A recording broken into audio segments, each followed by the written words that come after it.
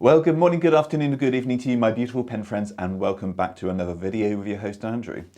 What we're going to be doing today is having a look at my status update in terms of my collection. So we've got quite a few pen wraps here to have a look at. So let's roll the titles and crack on.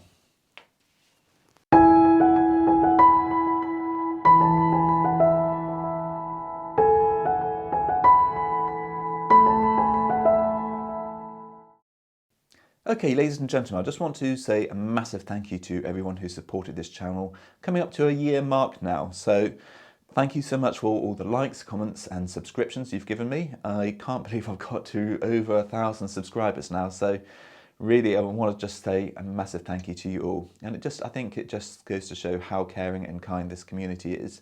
So thank you for listening. Thank you for continuing supporting the channel, and going forwards I hope to grow it from strength to strength.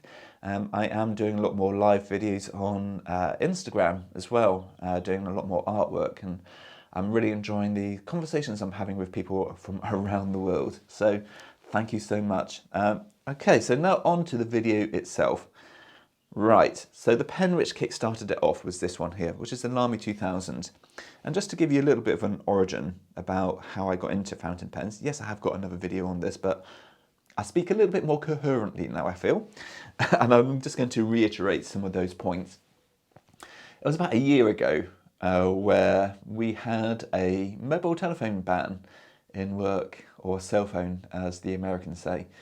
And we had to, well, I personally had to start investing in other ways of being able to help students with their scribing. And I couldn't basically use my phone anymore. I am now using a tablet a lot more, but for that time period, I wasn't using any electronic devices at all. So I wanted to get a nice pen.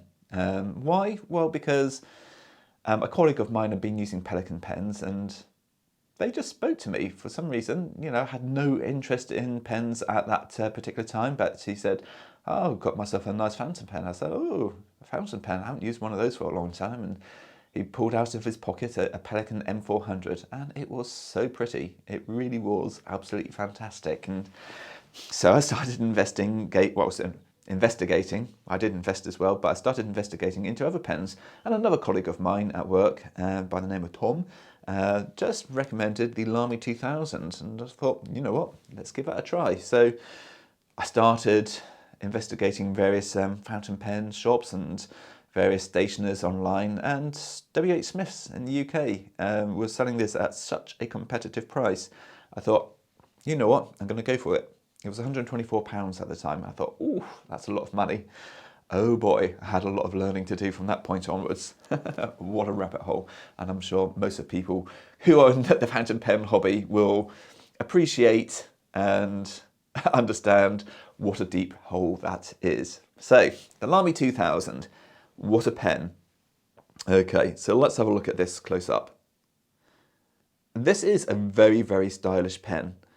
Right from the Bauhaus clip, the actual cylindrical and flat top designs. It's such a minimalistic pen. It's just beautiful, absolutely fantastic. We've got a lovely hooded nib on here, fantastic transitions between the actual section and the barrel. We've got a ink window on here.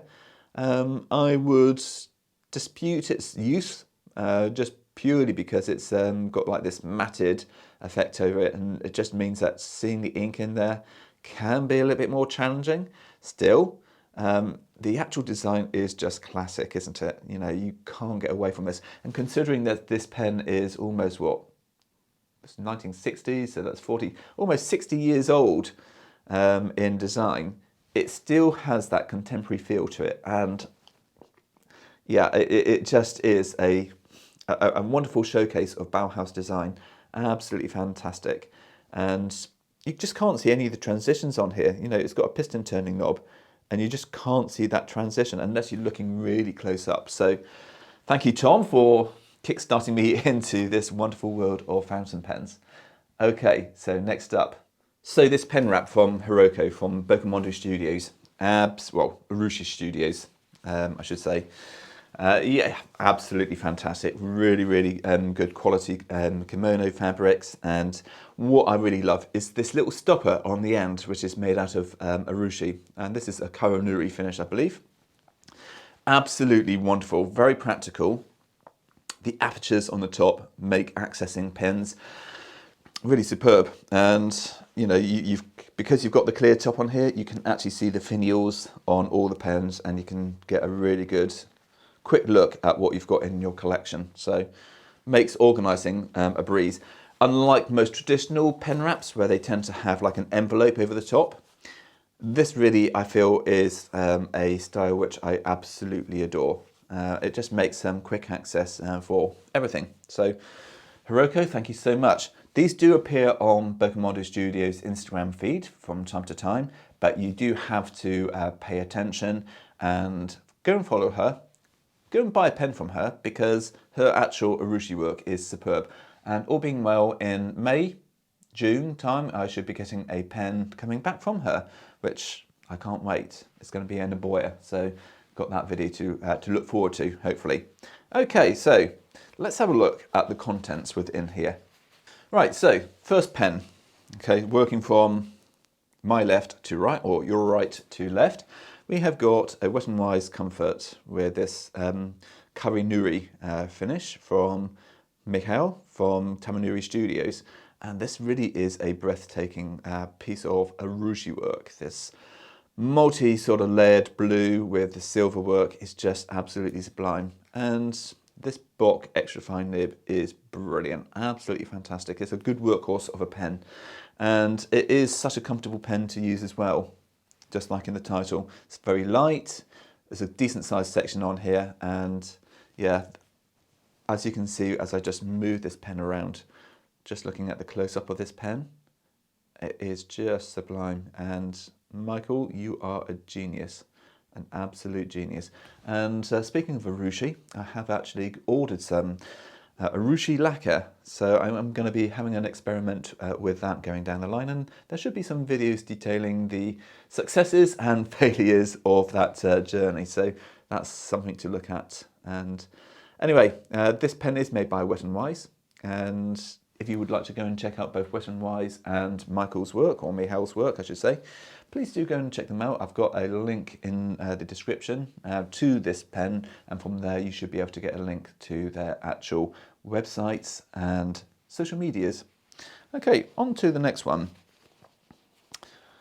And this one is going to be coming up in a review soon. I am waiting on Alicia to do her little parts on the video, but this will be coming up soon. I'm not going to talk about this in too much detail, but really absolutely gorgeous. This Pelikan M600 Tortoiseshell Red, absolutely superb. Just looking at that styrated sort of celluloid acetate material, it's just beautiful, and in the right light it just shimmers and shines. Looking forward to doing a more in-depth review on that. Okay, so coming up next we have got, hopefully, a Pelikan M200. So this was my first foray into Pelikan's lineup, and this was inspired by a ex-colleague of mine in work by the name of Rob. I'm not going to give out the full names, but Rob was the person who had the two Pelikan pens, and this was my first foray into them. So what I love especially about Pelikan pens is the simplicity and elegance of them. We've got this fantastic crown-like finial on top with the pelicans and the little baby chick. And we've got this fantastic pelican beak on here for a clip. And then each year they come out with various special editions, and this was the gold swirl. I love this pen. Yes, there's a few things where like some of the ink can get into the threads, but generally speaking it's not hard to maintain. And the nib is absolutely fantastic. The plastic feed is beautiful, and it just writes flawlessly. And there's a little bit of bounce to be had with this pen as well. Also, we have got a very decent sized ink window, which is always very appreciative. And yeah, it's just a fantastic pen. Great piston turning knob. So again, if you'd like to check out a full review on that pen, I should have a link in the description. Now moving on to my second, I think this was my second Italian pen. This is the Santini Libra, and I have to say, this is perhaps one of my favourite Italian pens, if not my favourite Italian pen. This material is a Conway Stewart Amber material, and this really is such a fantastic writer. The 18 karat gold nib on here is flawless, and for the price, it's really, really respectably priced. I think this was around about 269 euros, and it is superb. This 18 karat gold nib with the ebonite feed, it's basically a fine flex nib. It's not the super flex, but it's such a comfortable pen to hold. And just like the Wet n Wise Comfort, it's got a really good size grip on here. We've got a piston turning mechanism on here, and decent ink supply as well. Absolutely cracking, and I just love this material. It's so multifaceted, and just looking at that as I turn it around and looking at that nib, it's just a beautifully elegant pen. There are a few things I'd like to potentially change on it. You know, my tastes have changed over the years, certainly towards more subtle designs. I like the cap ring, but I do wonder what it would be like if perhaps it was maybe a little bit thinner. But other than that, absolutely fantastic. Definitely worth checking out Santini, because they've got a few new products coming up as well. Okay, so now on to my first custom pen. And you all have all seen this one before. This is my Leonardo Officina Italiana Momento Zero Grande, and this one is in the Arco finish. And yes, it wasn't necessarily a celebratory pen, but it was my first milestone pen in terms of customization. And Arco has always been a sort of like a dream of mine to get. A holy grail, so to speak. And this Arco material really is just something else. Just look at that. you have to see this in person. You really do, because it is just, there's nothing else like it, to be quite honest. The only thing which I feel which comes close to this is just natural wood with a good lacquer finish over the top. But it does such a good job of trying to sort of like represent that sort of that bark. Oh, it's just gorgeous. And what I love about this is I specified having like this Bonanza clip on here. Oh, sorry, not clip, the cap ring. And subsequently, pretty much all of Leonardo pens have come out with exactly the same trim. I'm not responsible for it, but part of me has this sort of thought process of, did I inspire some of this? Probably not. But anyway, we've got the only disappointment with this is that, and this isn't Leonardo's fault, it's the nib.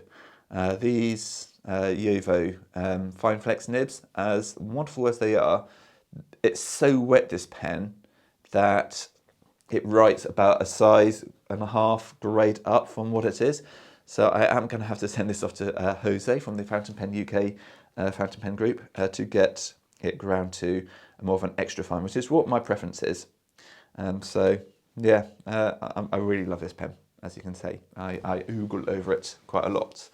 Okay, enough oogling, and on to my next pen, which should be another Leonardo. Yeah, so we've got Leonardo Officina Italiana Momento Zero, and this is in the blue Hawaii. So we've got this beautiful sort of aerial sort of like perspective of what could be potentially islands from Hawaii. And I know this came out as a material from Delta's pen company, but I just love the naming convention for this, because it really is very reminiscent of Hawaiian waters with the islands, maybe from a top-down bird's eye view. And it's just absolutely fantastic. The nib on here is absolutely stellar, absolutely fantastic. It writes flawlessly. And thanks to Emmy from Pen Venture for tuning it. I've got a lovely little cursive ground on here. Now, I'm not going to be doing any writing samples with this today, because it would just make my video a little bit too long, but absolutely gorgeous, absolutely gorgeous. Okay, on to my next pen. We've got a Maiora Impronte. This pen is absolutely fantastic, and this is one of Nino Marino's creations, and we've got a really great contemporary looking clip on here, and then we've got Maiora imprinted on the actual barrel with this fantastic stone chip design And as I just turn this, you can really see that chatoyance of the materials coming through. Beautiful. And unfortunately, the actual plating on the actual nib has started actually peeling off, but Nino has said that he's going to be sending me out a new nib for this. I'm not entirely sure what's caused this. I don't have any particularly saturated inks, so yeah, a bit of a mystery to me, but it's a great writer. And thanks to William Shakur, who 3D printed me an inner cap, this pen never runs dry. So absolutely fantastic. And then on to my last pen within this pen wrap, which is a Nino Marino for JP. And this was gifted to me, in full disclosure. And it's such a treasure of a pen. It really is. It does run dry a little bit, unfortunately. If you leave it a few days, it does run dry, but it's such a fantastic pen, and it's not too much of an issue to get started again. And it comes with an extra fine Yovo 14 karat gold nib. I just wish they had put an ebonite feed on here just to get a little bit more juice to the actual nib, but other than that, it really is absolutely fantastic, and it's such a kind gift to receive. So thank you so much, JP, for this pen. I treasure it dearly. Okay, now on to some other pens. So I'm now going to talk a little bit about my painted pens. And in here I've got 2 examples. And I've also got this fantastic personalised pen pouch from Alicia, Adventure Denali, which I always seem to name drop, so apologies. But anyway, let's have a look at these pens. So we've got 2 pens here. I'm going to show you my pride and joy, which is this Sakura, which I feel is very fitting for this time of year.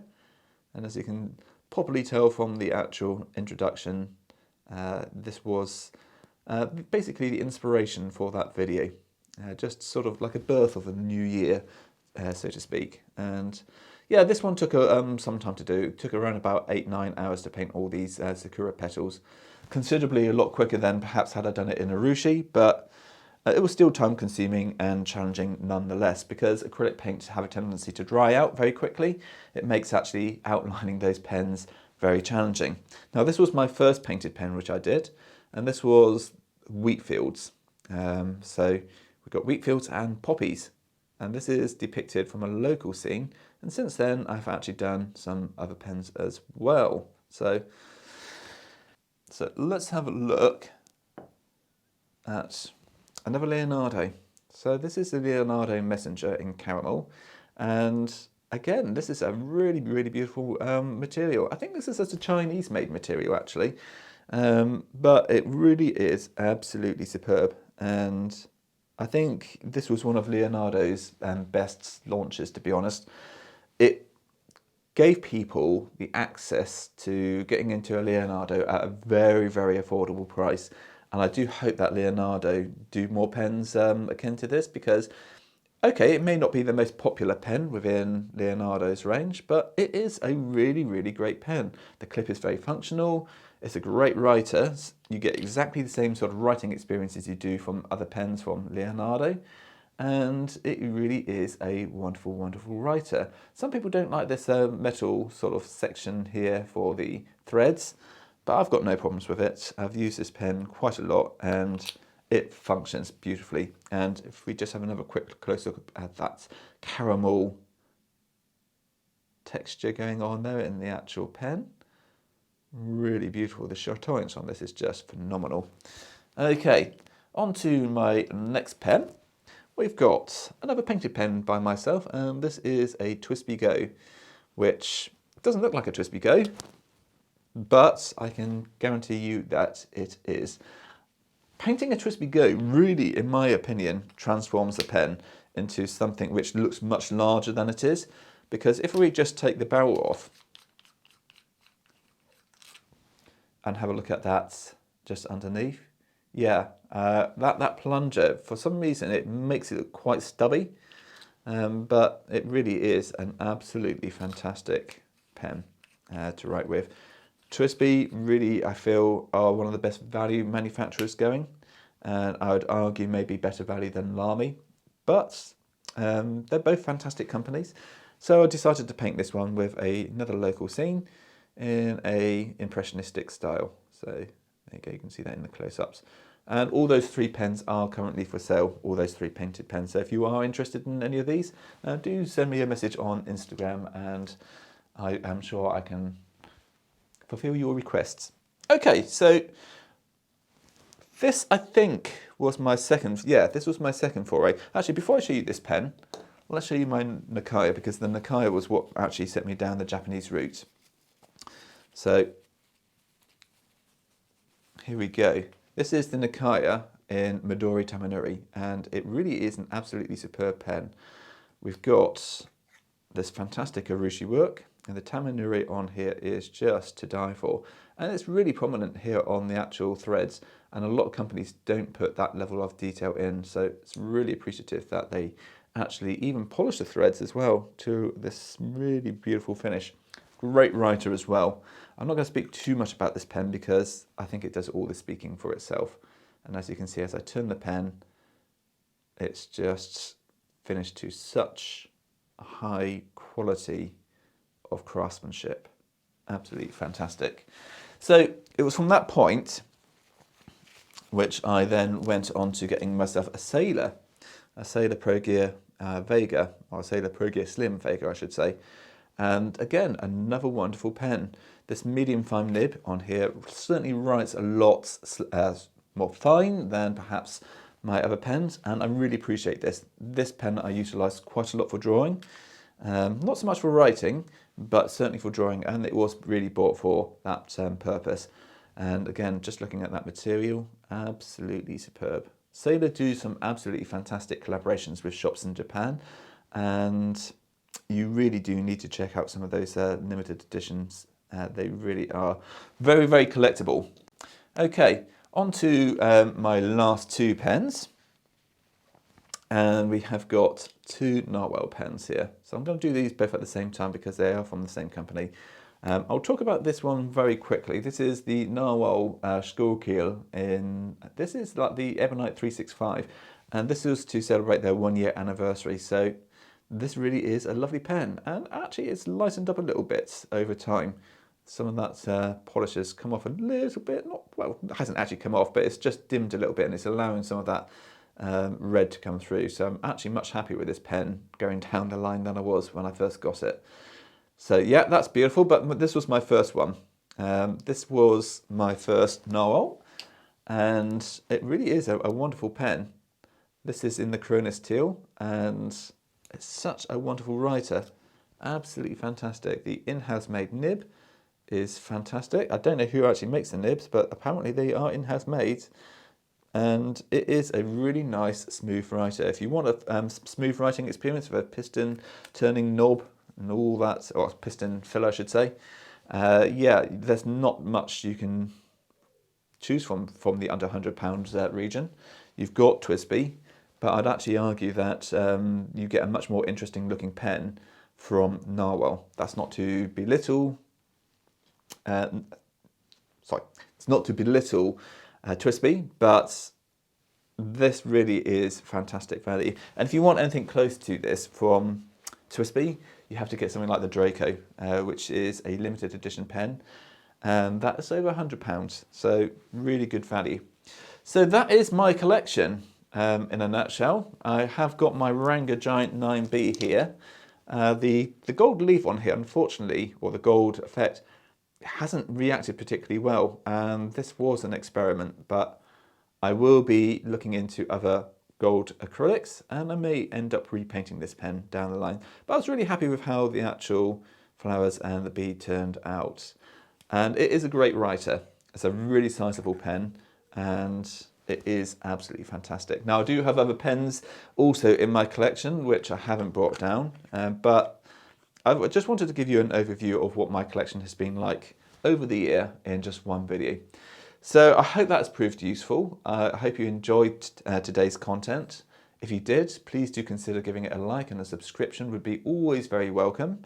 If there's any other pens which you'd like to see reviewed on this channel, I am now actually starting to do community polls now that I've hit 1,000 subscribers, so please check out for any of those community posts, and I shall see you in the next video. Till then, stay safe and goodbye for now.